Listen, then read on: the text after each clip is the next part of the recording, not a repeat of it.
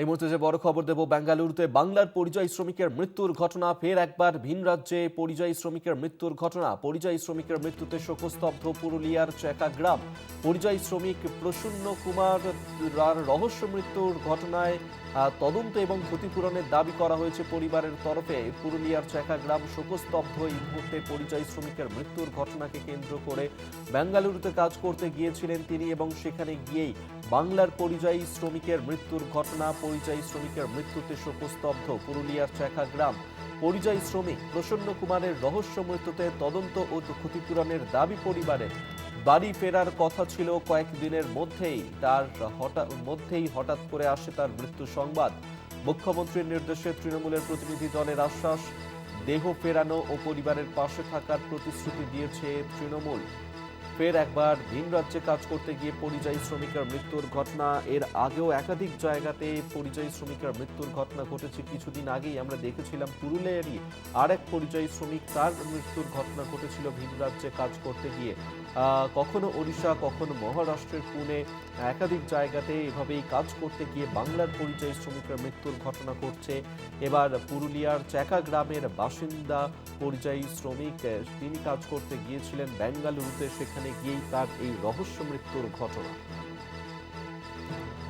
আপনাদের আরেকবার জানিয়ে রাখবো, যেখানে পরিযায়ী শ্রমিক প্রসন্ন কুমারের রহস্য মৃত্যুর ঘটনা। ভিন রাজ্যে কাজ করতে গিয়ে তার মৃত্যু। বেঙ্গালুরুতে পরিযায়ী শ্রমিক প্রসন্ন কুমার, তিনি কাজ করতে গিয়েছিলেন। কিছুদিনের মধ্যেই তার বাড়ি ফিরে আসার কথা ছিল, কিন্তু তার মধ্যেই তার মৃত্যুর খবর আসে পরিবারের কাছে। আর এই ঘটনাতে মুখ্যমন্ত্রীর নির্দেশে পরিবারের পাশে থাকার আশ্বাস তৃণমূলের।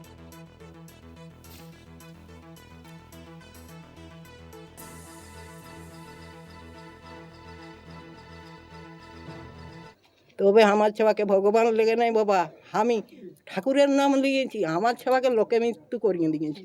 বাহারে ফারাকে থাকি, আমার সঙ্গে গল্প হয়, আমাকে শান্ত দিয়া মতন কত আমার ছেলে আমাকে বুঝাইছি।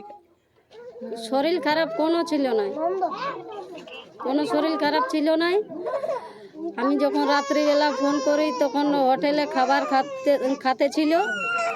আমাকে বললো যে একটু পরে আমি ফোন করছি, আর আমাকে ফোন করে নাই।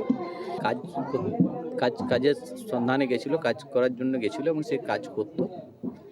সে কাজ করার পরে তার ওখানে মৃত্যু হয়। তৃণমূল কংগ্রেস সবসময় মানুষের পাশে থাকে।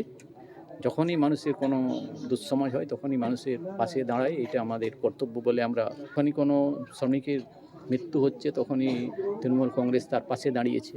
তাই আমরাও তৃণমূল কংগ্রেসের পক্ষ থেকে তার পাশে দাঁড়িয়েছি, পরিবারের পাশে দাঁড়িয়েছি এবং আমাদের নেতা বলেছেন যে সমস্ত রকম সহযোগিতা আমরা